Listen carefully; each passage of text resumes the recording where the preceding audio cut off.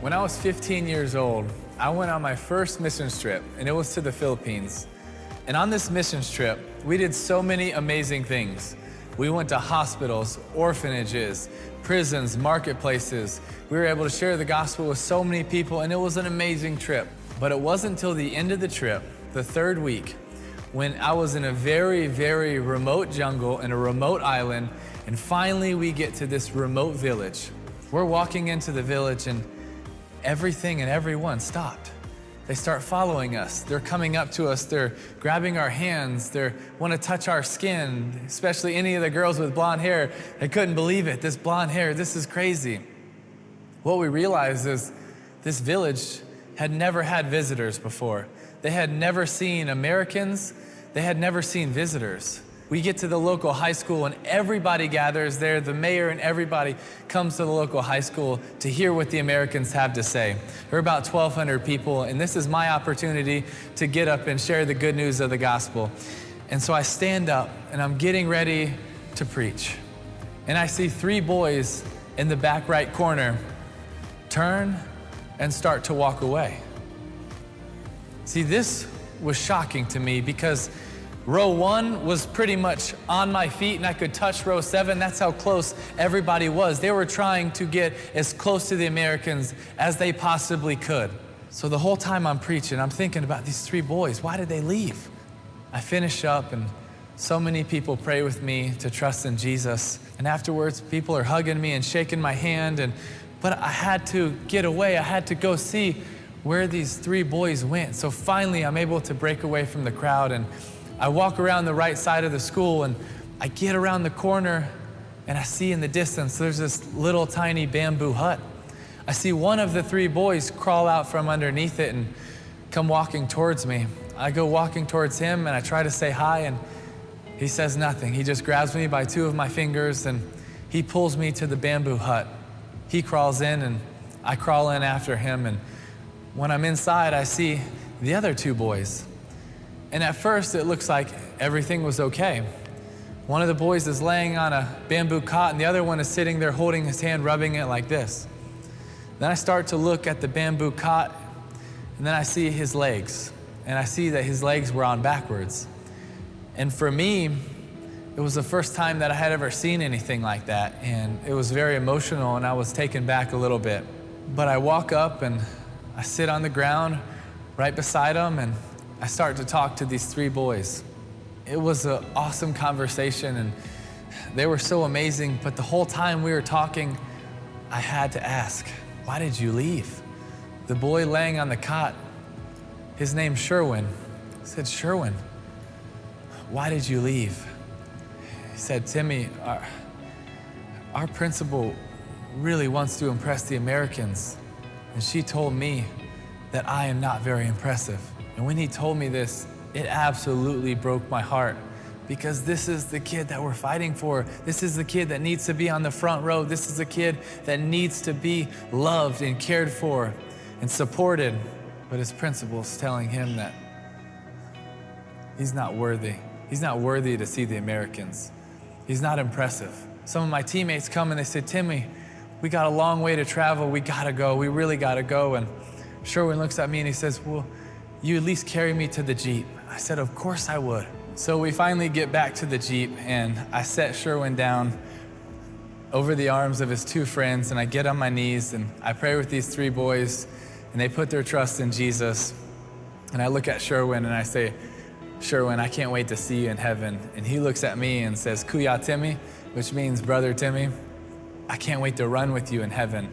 And it's amazing what instant faith can do, because this is a boy who has never walked a day in his life. But yet that faith says, Kuya Timmy, I can't wait to run with you in heaven. And that made such an impact on my life.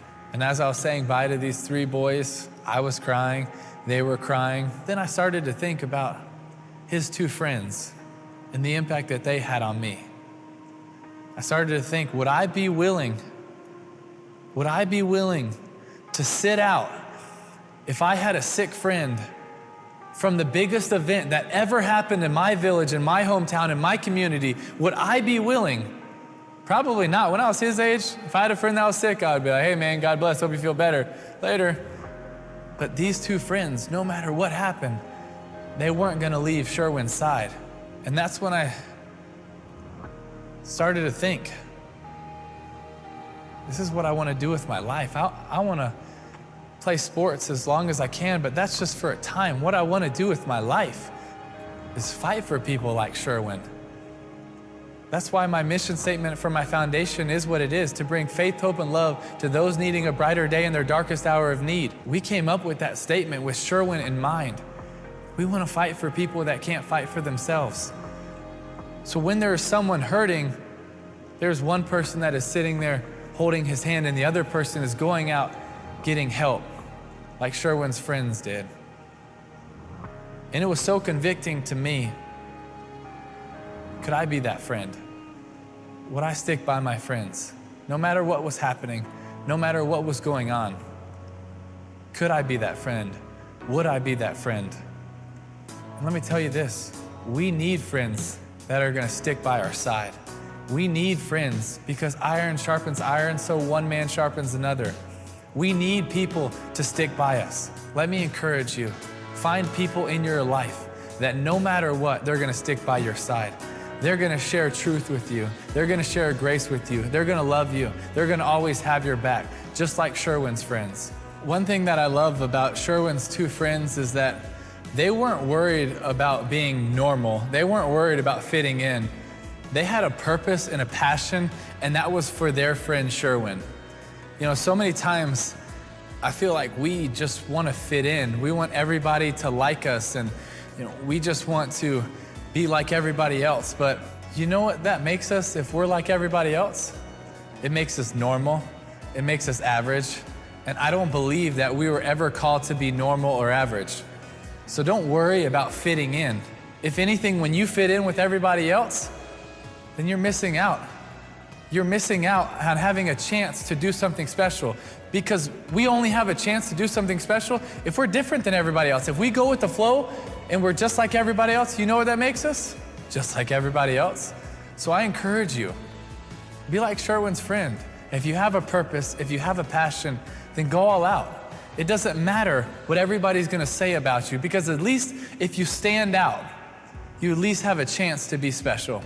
You know, when we were playing the Steelers in the playoffs, we were getting ready for the best defense in the NFL that year, and there were a lot of great players.